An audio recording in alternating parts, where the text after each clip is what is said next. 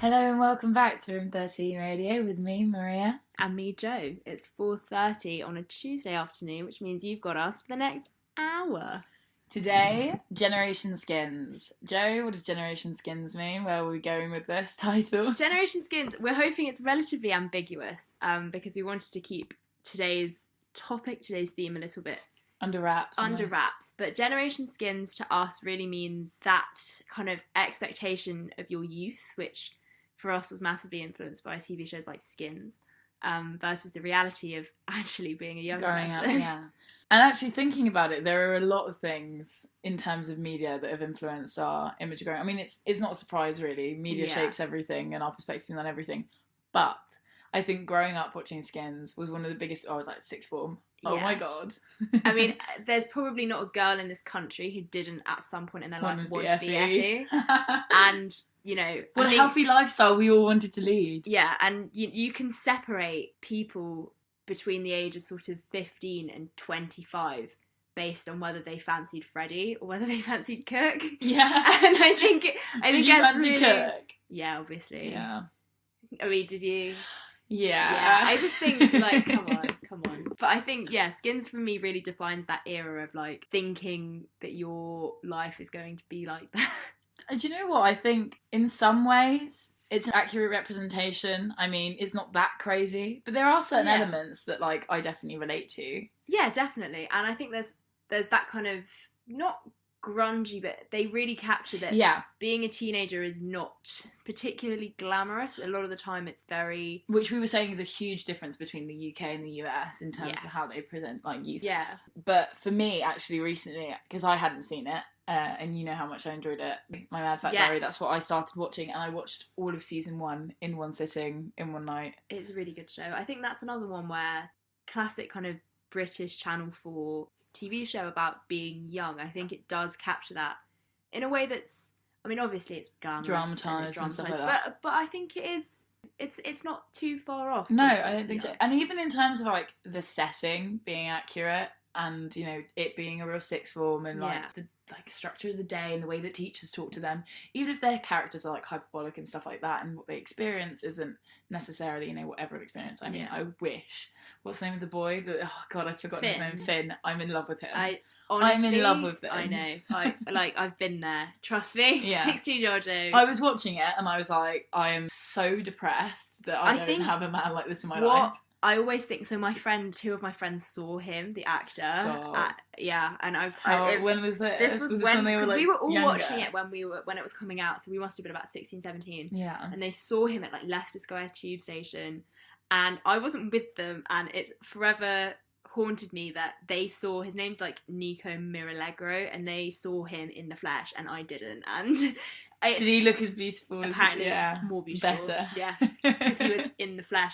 And yeah, I think that's a really nice show for kind of being a little bit more grounded and down to earth. But I think one of the things that's really telling, and you can probably give me a better perspective on this than even myself because I haven't particularly seen much of it, but the idea that for our generation and for the kind of generation above us and, like, for, you know, our probably older siblings and stuff, Skins was that, like, this is what my teenage life is going to be like. And it was quite realistic. But now, the kids of kind of, you know, the generation below us, it seems to be euphoria. There are some parallels. I mean, like, drug use and obviously, like, teenagers at school, but it's so much more glamorized. Yeah. It, like, to a ridiculous extent. I mean, even the way it's shot, like, Skins is quite... like Channel 4, like, you know, Channel 4, exactly. That's I know that it's not a description, but it just is. It's grainy and the colour isn't nothing, great. Exactly. And Euphoria is the complete opposite. Euphoria, you know, the budget was huge and the whole thing went kind of viral on TikTok because of Euphoria makeup. I don't know, even the soundtrack presented a different kind of life. So for Euphoria, it's brilliant. It's Labyrinth, and he did an incredible job. But, you know, for Skins, it's like Arctic Monkey's playing in the background when Effie's playing in the warehouse with that guy. Yeah. And getting high with him. Like, it's different. Like, even in that regard, it presents a different kind of life. Yeah, I agree. I mean, that's a good reflection of the fact that, you have that kind of Channel 4 British grittiness, I guess, and then you have that, like, HBO, Sky, American, glamorous, like, aesthetic vision of your teenagers. But I do think, I know we have said that, you know, Skins is, it's in some ways an accurate reflection of being young. I also think that the reason I we've titled this episode Generation Skins. I think for me is the fact that I watched Skins when I was quite young. I wasn't even a teenager when I watched couldn't Skins. relate to any of what was going on, and I know that, yeah. That massively shaped, and I think it's for so many people our age, shaped how they thought their teenage lives would be. And it's completely different. And I think a lot of the storylines, if you really think about some of the stuff that happens in Skins, it does glamorize and romanticize things like eating disorders and really, really unhealthy relationships. Drug abuse to the point where it's you're not doing it recreationally for fun, it's actually abuse, And I think it captures it in a way that obviously, you know, a lot of people can quite freely recognise that recreational drugs are relatively common among young people and teenagers, or at least that's probably the demographic that they're most common in, but the use in stuff like Skins is so dangerous. Exaggerated. Yeah, I actually posed a question to our listeners and I said, is there any show or film that you particularly feel like has influenced how you saw your future when you were younger? Yeah. And actually, like, we've got a lot of responses back, but a big one, Waterloo Road, Kidulthood. These are things that I watched and I was like, yeah, this is what my life's gonna be like. But we've got some funny ones. Yeah. You know how you were like, you watch it and it's not exactly what like real life's gonna be like. Well, we've got really funny ones like Twilight and Harry Potter, and someone said, I actually thought I was going to be a wizard at age 11, and it's deep that I'm not. Like, and it's true. And I messaged my best mate, why have you said Twilight? She was like, no, you don't understand. Like, I genuinely thought I was going to be a vampire. Like, yeah, fair, you know. I mean, we do. Yeah. Like, we let our imaginations run wild, and I think sometimes that like line between like reality and fantasy is just blurred. I think the difficulty, and when it becomes dangerous, possibly might be too strong of a word, but when it becomes something that I think is quite harmful, is the fact that like stuff like Harry Potter, Twilight, blah blah blah. It's innocent. It's kind of markets itself as being fantasy and as being, you know, everyone wants to have a vampire boyfriend, but nobody, you know. But everyone wants to be Effie and is like unaware that it's actually she's suicidal and has she so massively many abuses drugs. Yeah, like issues that are undealt with, and you know,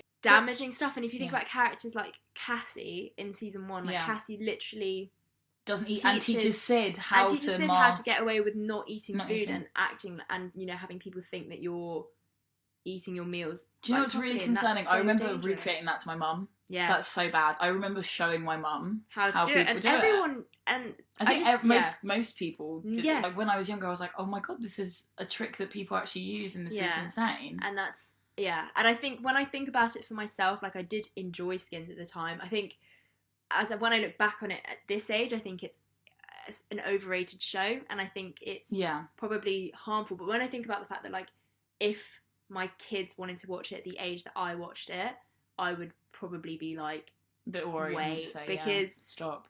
I think it's really hard if you're an like young teenager, or you're open to influence, to kind of have that thing of thrust upon you of like, when you're a teenager, your teenage year is going to look exactly like this. It's going to be loads of partying, loads of drugs, loads of sex, and you know, it's going to be really reckless and dangerous and blah blah blah, and it's so fun. But the reality is that that's not what people's lives are. It sets them up for disappointment when they don't get into really dangerous situations. I actually think that's the Channel 4-esque kind of style of doing things, and how it's hyper-realistic. It exacerbates that danger, because it's like, we can do this in real life and it's fine. And it's not like, because Euphoria, it's very much like really bright colours and it's kind of overwhelming to your senses, and it's very much like in your face, almost verging on fantasy, even though it's not. It's because it's so aesthetic. Everyone knows it draws that element of fantasy out, and exactly. Skins is not stylish. Exactly, and because of that stylization, like this is real, but also it's not, and we know that. And then Skins, it's like, oh my god, this is happening. This can be a thing. Yeah. Drive their car into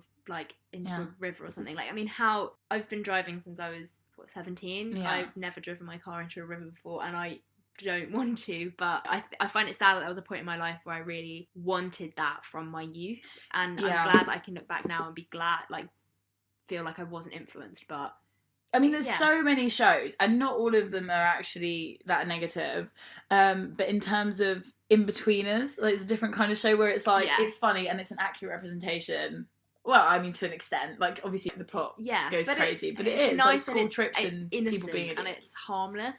I got a message about that being like, when I was young, I watched The In-Betweeners and I just prayed I didn't end up like any of them. That's pretty much it. And I was like, I think that's a really good answer. I think there's something nice about In-Betweeners in the sense that it has that same, like, is it Channel 4? Yeah, it must be. It has that same Channel 4, like, kind of ugly to look at, Britishness, but it doesn't set you up for what, like, a failed, you know, teenagehood if you don't live objectively and subjectively a dangerous lifestyle. Yeah. It sets you up for, like, as long as I don't get called briefcase wanker, I'm going to be fine. And, you know, most people from that. Exactly. So, exactly. I mean, that's hugely different to what Euphoria is like, but I loved the soundtrack in that. And well, here we don't talk about TV and film exclusively, we also talk about music. But we're going to play Still Don't Know My Name by Labyrinth, which was in the Euphoria soundtrack. So without further ado, here's Labyrinth. I say to make me exist. Oh, stranger. Still don't know my name. One of the things we were talking about in our little song Interval. break was the fact that it really isn't just TV. I think TV is an easy thing to kind of look at because Channel 4 does everything about youth British kind of grittiness and kind of preparing you for your youth. Yeah. Either preparing you or kind of over-preparing you. But TV and film are like completely different things. I think film is... It's different because over a course of a show like Skins, you build relationships with the characters and there's like a lot of opportunity to make it really slow because there's so many episodes and it's so long collectively. Whereas films, it's like, no, you need a plot here and you kind of need to go for it. Stuff like Angus Thongs and Perfect Snogging, like that's completely different, but at the same time definitely shaped the way I kind of expected your life to go. I think that's really true, and I think one of the nice things to think about is like in the way that Skins and Euphoria are quite nice at balancing each other, and they're both radically unrealistic shows that set you up for a completely unrealistic teenagehood. But films in that same way do the same thing, but I don't know, it's interesting to look at. I think if you look at like UK like teen rom-coms, things like Angus Thongs and Perfect Snogging, things like, you know, St. Trinian's or, you know, Wild Child, stuff like that, where it's very like, why did I think I was going to have my 16th in a huge venue that's literally a nightclub? Why did she have that? She didn't have friends in the film. Why did she have people like Aaron Taylor-Johnson around her when she was like 14? I don't know. Like, what? It's so unrealistic. I know. It's painfully unrealistic. Also unrealistic. If you rocked up to a party in the olive suit, everyone would love it. I completely agree, and I genuinely don't think boys would laugh at you. I think it'd be like, that's ballsy as hell, and it's so funny. And like, I think that's one of those films that everyone watches and is like, oh, I can't wait to be George doing the pencil test. Doing the pencil test, and, you know, my mates rating me and telling me how ugly my nose is out of like 5. Do you remember that scene? That's so mean and toxic. Can I tell you? And me and my friends used to do that. Because, no, you didn't. Yeah, and it was really bad. It was really bad because we would do it at like sleepovers when we were in year 7 and year 8, and these are all the same best friends that I have now. It would give me crippling depression. It was awful. And there was this one time where like everybody had like a generic rule of being really kind to each other, right? So everybody was like giving each other 8s and 9s and 10s, being really nice. And then one of my friends, who I shall name as Jennifer, because, you know, she won't mind, she rated another one of my friends like a 4 or something for her nose, or it was something really awful. Oh my god! And it's still being kind. That means in real life. I know it was like a 1. I don't know what happened. I think nobody informed her of like the social rule of, you know, don't be mean to an 11 or 12-year-old girl's face. But that's the kind of thing where like I can't believe that film made me feel like that was okay. But I think at least in British films they're ridiculous, but they're quite innocent. But then you have American teen rom-coms that set you up for a whole other kind of disappointment because all of that like teenagers are played by 30-year-old women who are supermodels and everything. So you're there like, why don't I look like Lindsay Lohan? She's so pretty. So I'm watching Mean Girls thinking that's going to be me. It wasn't. Hate to break it to me. I was collapsed. And the boys, like the love interest in American films, are genuinely in their 30s when they're playing like 16-year-olds. And you just, I don't know, you have things like She's All That, when you have like Freddie Prinze Jr., who at this time is probably a dad already. Yeah. And you're just like, why am I not? Well, Rachel McAdams, like, what was she when she played Regina George? She must have been like 30. Must have been quite old. Yeah. And stuff like American Pie as well. I mean, it's just so inaccurate and so damaging. You really think like, oh my god, college is going to be like that. Honey, it's not. It's just a constant kind of wake up call, like reality's just like this was all fantasy. Yeah. And you rewatch these things and you're like, oh my God, this was fake. Yeah, but I think what's nice and less kind of harmful and more innocent about films like that is that they are rom-coms, and you feel that sense of like, oh my God, I don't look like Lindsay Lohan. Yeah. But they're not marketed as being like, these are really gritty, like hard, realistic tales. Whereas I think the best example of that's like Cinderella story. Set in a, I don't know whether it's high school. High school, yeah. It accepts itself for being something that's a fairy tale. Not a fairy tale that's made to entertain, fantasy, right? There we go. But then you have TV shows and films that are trying to give you like reality. Like there's this film called Fish Tank, which is it's from like, I think it's maybe 2007 or 2008, and it's set on a council estate, and it's this girl who's maybe 14 or 15 or 16 or something. She wants to dance or whatever. And that's going for like gritty, realistic, like this is what life is really like. Yeah. And in a way that is, it is gritty and it is realistic, and it probably is what life is like for a lot of people. But my worry is that when you market yourself like that, you're giving people these expectations that aren't, you know. Because it's like, this is realistic, this is life. And it's like, I think when you're young and you're impressionable and you're vulnerable, I think you're exposed to that. Yeah. And I think the song for me that sums it up, everyone got a bit of a snippet, but the song for me that really sums up like American high school rom-com ridiculousness is Kiss Me by Sixpence None the Wiser. So here it is.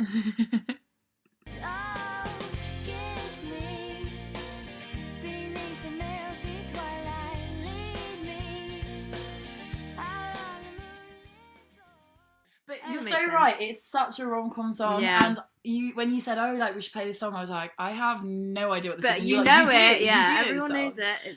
The thing about rom-coms, actually, that made me think, because I posed another question to everyone, and it was, what expectations of growing up did you have that differed from reality? And so many of them are to do with sex and relationships and stuff like that. And obviously there's a whole another element to that, which is porn, because that obviously feeds like a really like toxic view of sex and relationships. But so someone said love, sex and relationships seemed way more important from TV than is the case. Someone sent me like a TikTok, and it was like of Nicki Minaj, and it was like, I don't need a man. Do you know what, like, I know it sounds really silly, it's some odd realization loads of younger girls don't have, which is you actually don't need a boyfriend. It's not that big of a deal. I went to a girls' school from year 7 to year 13, and this journalist and author that I really like, called Dolly Alderton, in her book, one of the things that she says is that going to a girls' school gives you a really screwed up relationship with men, because you have this constant expectation that men are like this other species, and like they're just so different to you, and you'll never really understand each other, and blah blah blah. And I always found, like, when I was at school, you know, I had friends from outside of school that were boys, and like some of my best friends from my hometown were boys, and so I always thought, you know, I have this link with men, I have this link with, you know, I'm not going to be like that.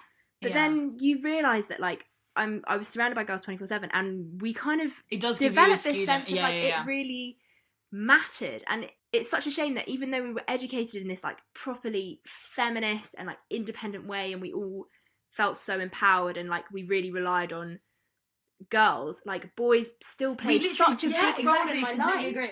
I couldn't agree more. So I also went to a girls' school, and it was a bloody convent of all places to go.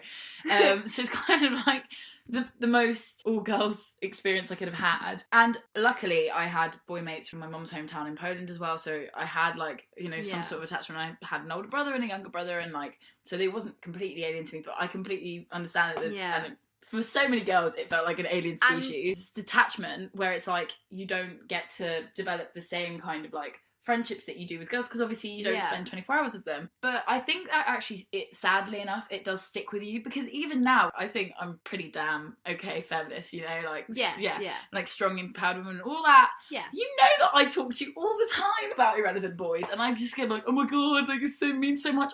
I know it doesn't mean a lot at the end of the day, and it's kind of saddening that it does stick with you, that image of not even reliance, but just kind of like necessity. Sorry, I know I keep spitting celebrity quotes, but it's Cher goes, I don't need a man. I don't need a man. Is like dessert.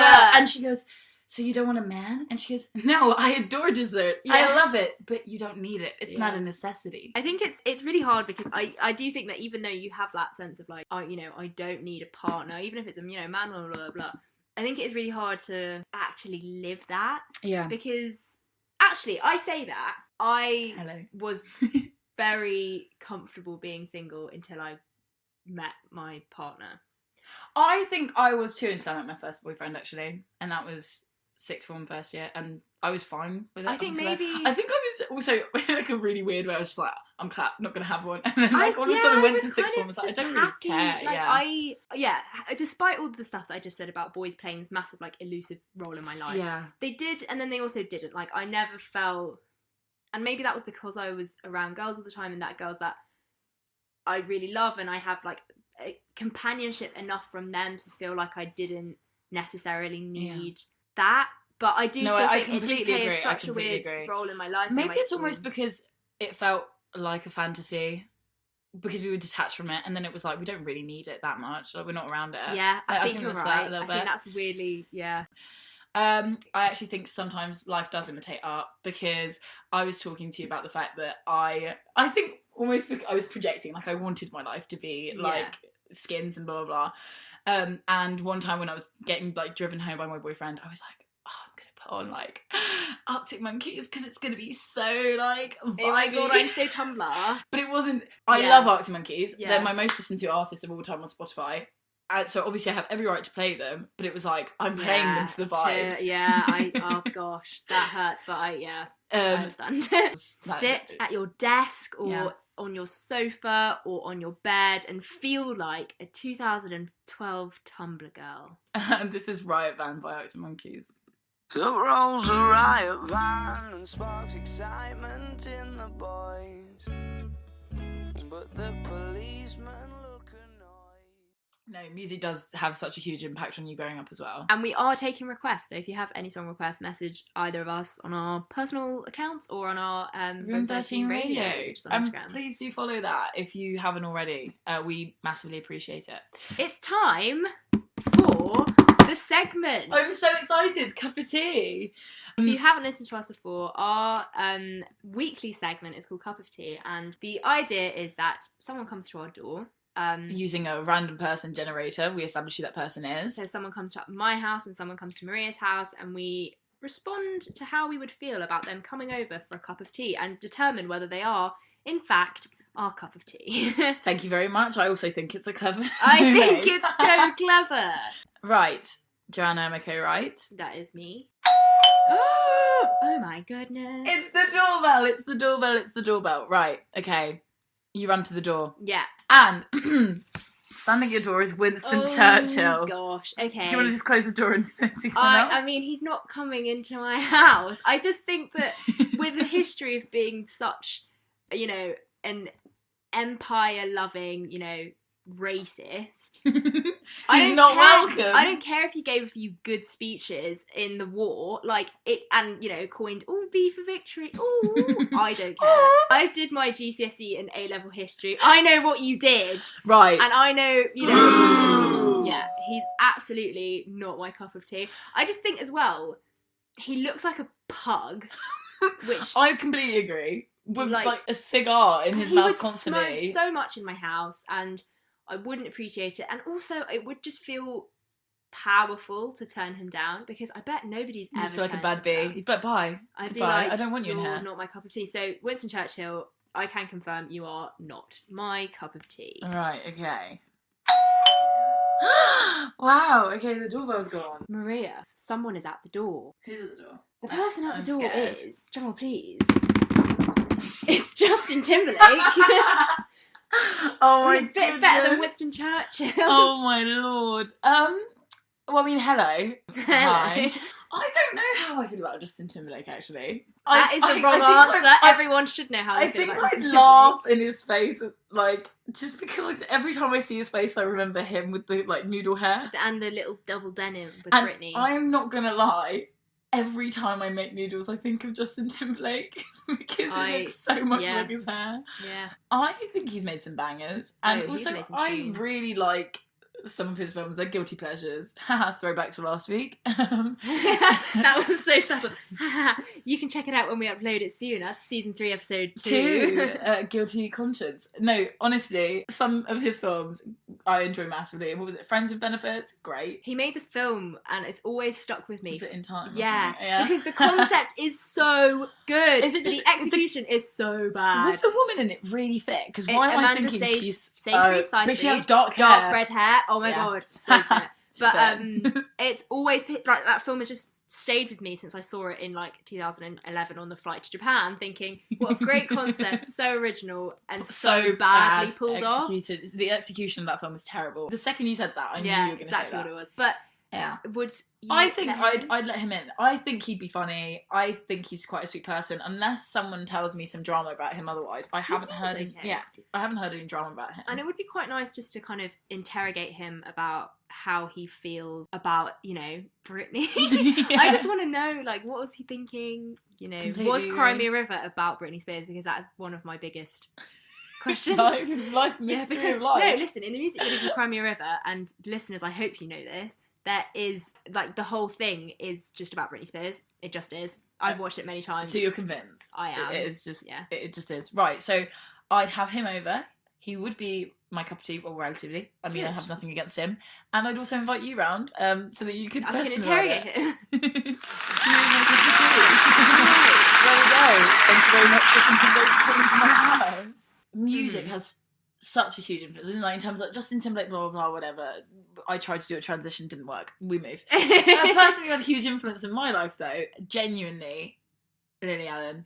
Growing up, I mean, yeah, and also I think the thing that's nice about Lily Allen is she writes in a way that's very narrative, and like she does tell stories, and she tells those stories about like being young and in London and all of this stuff, and I think I don't know, it does set you up for quite a nice.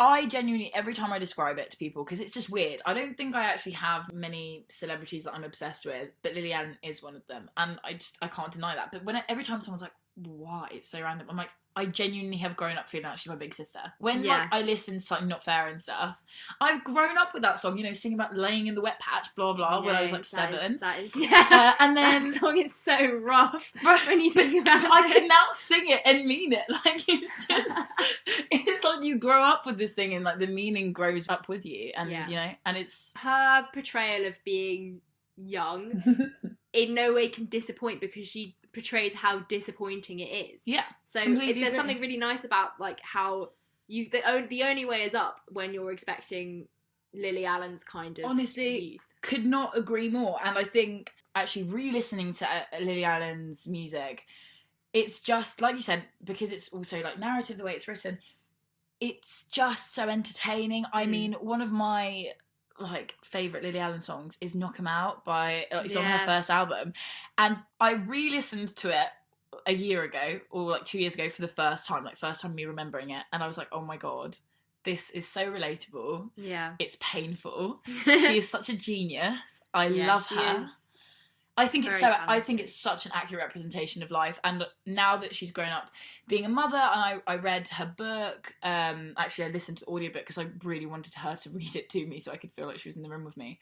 I'm like, I'm ready to grow up. I'm so glad she's growing up with me. I enjoy growing up listening to her. That's a nice sentiment. So in honour of Big Sister Lily Allen, I'm going to play Knock 'Em Out. The smooth transitions, but it doesn't always work. Classic tune though. Yeah, interesting in her actually was reborn in the younger generation, I think, recently, because Smile went viral on TikTok because of a dance.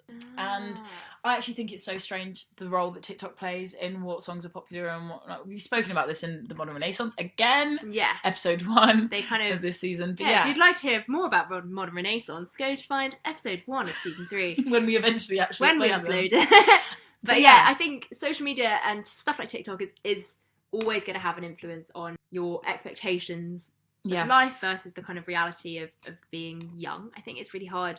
Because stuff like Euphoria, for example, I have technically seen the first couple of episodes. But social media, everything I know about Euphoria is because I've seen pictures of it on Instagram, and I've, come across videos of it and stuff like that. People recreating the makeup looks. Exactly. So dancing onto the music, me knowing the kind of glamorous way that Euphoria portrays being a teenager is because of Instagram. And I think Instagram does so many things. It, you know, really like glamorizes being young, and because the target market for Instagram's got to be 15 to 25 probably. Yeah. So it's such a like vulnerable state.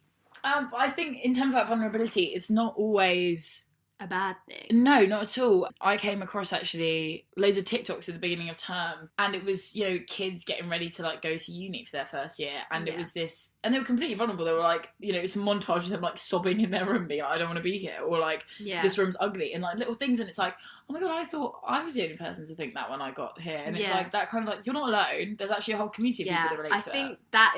I think university. I mean, for us, we're at university now, so it's kind of the most current thing that we're dealing with, and that like, whole skinsy thing is very much a thing of the past, thankfully.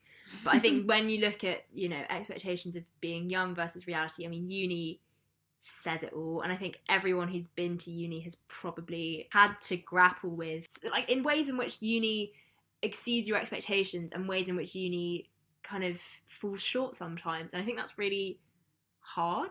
I think university is one of those things that, like, it's such a myth when you're young. I think you hear about university, for me, like, I had older siblings, I think that's the main source of my parents and my dad has always said, like, oh, university's the best years of my life, it's so much fun, and school teachers say it as well. It's really hard because uni is a lot of the time great, but a lot of the time it's like it being always, it's like not what blank you think it's sometimes. gonna be. I don't know, that sounds so weird, but it's like sometimes you are just sitting in your room doing nothing and you're like, why am I here? I think when you lose that structure of being in school and when you lose that consistency, it's really easy to suddenly find yourself not doing stuff a lot of the time, or like, I don't know, I just think those expectations that you have when you're at school of university being like a constant party, and it's a 3-year bender and it's always going out. I mean, obviously it's made worse by the fact that we're in lockdown and Corona's kind of screwed that for us, but even before that, I think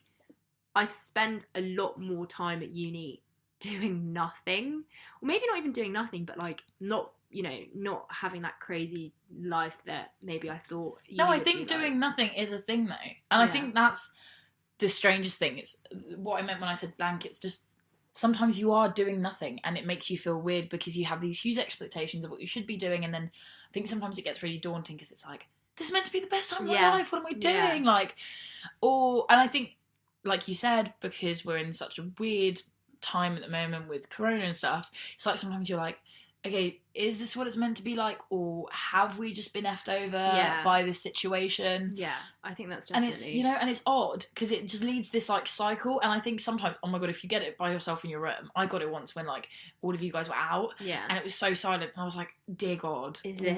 I mean, I get is this actually as good as it gets? And if it is, what the heck? I know, and it's...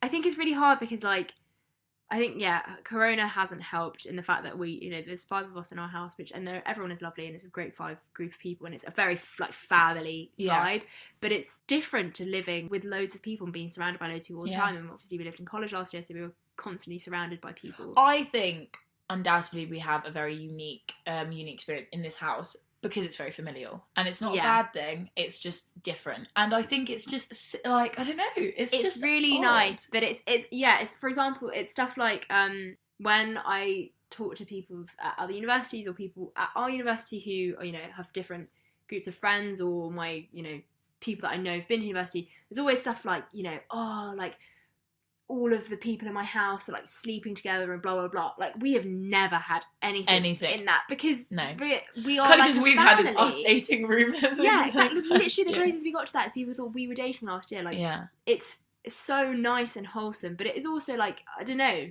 it's different. It's different, and I think actually, particularly for us, expectations versus reality, huge difference there. Huge difference, because I've never seen this kind of portrayal of relations, like uni relationships at all. I mean, right off the top of my head, like the uni experience that I can think of is in Fresh Meat, and that's Manchester. I was going to say that. It must be Manchester Met. And then, I mean, it's kind of, that's probably relatively accurate in terms of like closest. Yeah, like uni is very. It's kind of like you have messy, raw, just. I don't know, different characters. I think different characters. That's it. Different characters in one place. Especially for our house, like, one of the things that we like to say is that we're quite just an eclectic group of nutters that live together, and everyone is quite, I mean, we're all very different, but I don't think anyone would ever think to put us together as a group ever. No. Like, I think if life is a simulation and, like, you know, we're someone's Sims game, they'd never put us in the same Sims house. Yeah. Why would you? Actually, you would, because you want to see what the heck goes on. But I think there's something really nice about that, in the way that maybe, you know, I probably had these expectations of uni, and to be fair, going to Durham, probably not the right place if you have expectations of having a great nightlife or, you know, going out a lot. Yeah, but even then, like, in ways that maybe Durham has fallen a bit short in my expectations of having, like, a really wild time, it has completely exceeded my expectations in terms of having, like, a really wholesome, like, experience, and I stuff like we think go on, you know, days hikes out and walks, and, you know, it's lovely. it's much more outdoorsy and sort of connected with. Yeah. I mean, we literally had a hamper basket with us on, like, up a little hill, like, having it was so nice. We went to these gorgeous, like, waterfalls, and we had that started in 1917.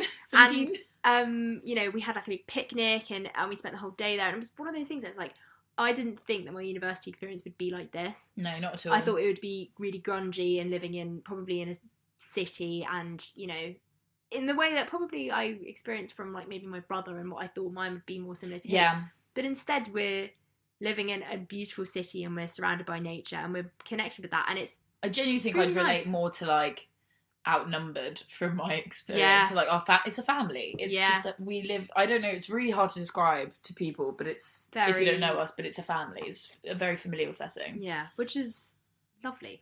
Yes, completely agree. But I think it is important when thinking about expectations and versus reality, and all of that kind of generation skins idea that those expectations are harmful, and sometimes when you go to university, I think there must be so many people, I know I felt it for sure, that have this kind of vision of, like, oh my gosh, these are going to be the years of my life, and, like, having... It's pressure. It puts pressure on you, because it's pressure. It's like what I said about, you know, if this is meant to be as good as it gets, then what the heck's going on? Yeah. I'm laying in bed, like, binge watching my Mad Fat Diary. Is this actually as good as it gets? Like, am I wasting it, you know? Yeah, and I think sometimes one of the things that I find tricky to do is that I don't know whether that's, like, just my experience, or whether that's experience that my friends are having, or my friends at this uni, or my friends at other unis.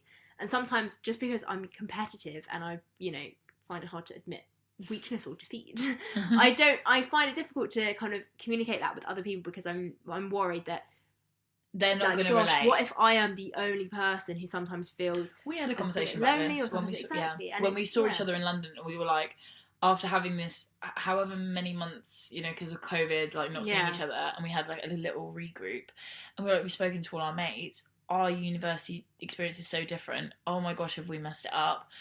We feel lonely in this, that have we done something wrong in that we're not having this time of our lives kind of thing.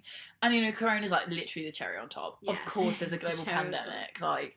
But I do think that from the kind of people that I've spoken to, and the, you know, the friends that I've liaised with, and also just the people that I know that are at university, I think it's a relatively universal experience to sometimes, I think everybody at university sometimes feels lonely.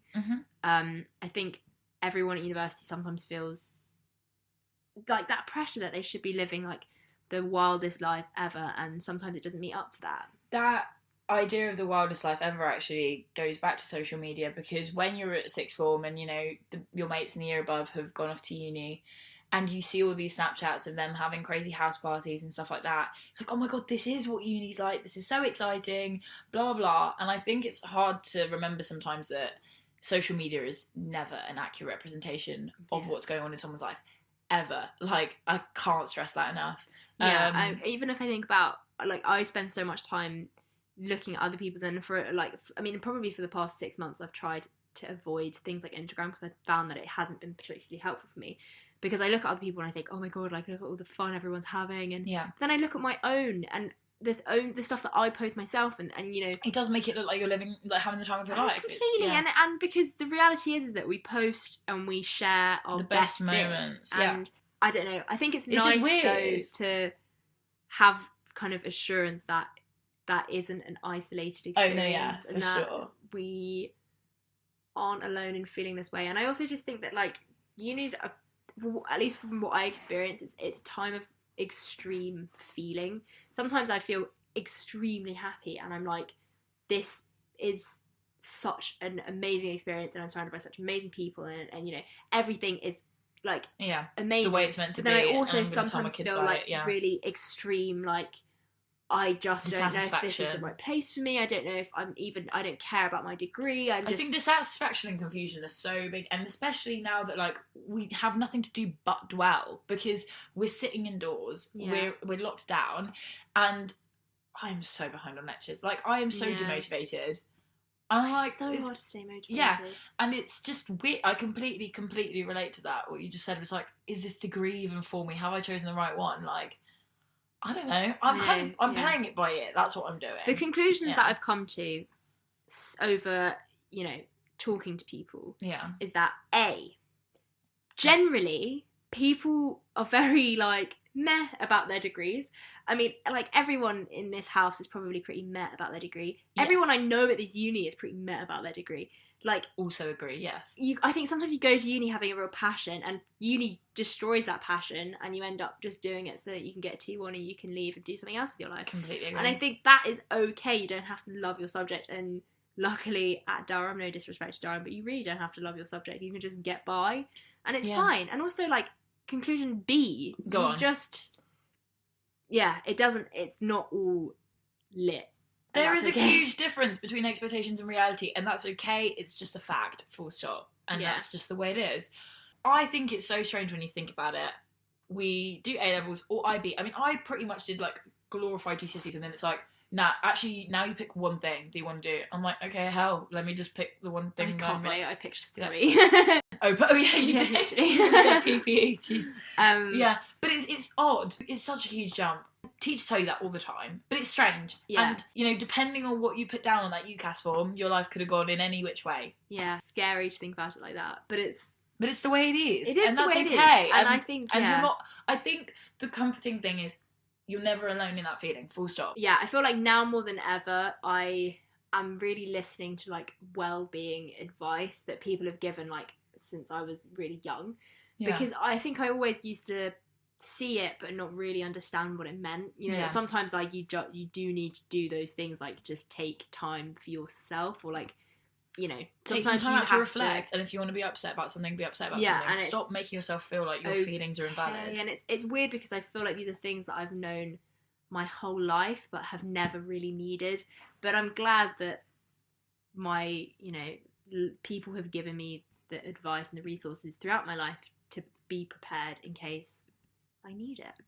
I think we're all just kids at the end of the day trying to make it out, and a lot of... We may be 20, but we are still children. I thought I'd be grown up by now. That's my biggest misconception about growing up. I thought I would have grown up. I thought I known what's going on by now. I don't. You know what? We're all just making do, and we're all just kids. And on that note, we're going to leave you with Kids by Current Joys.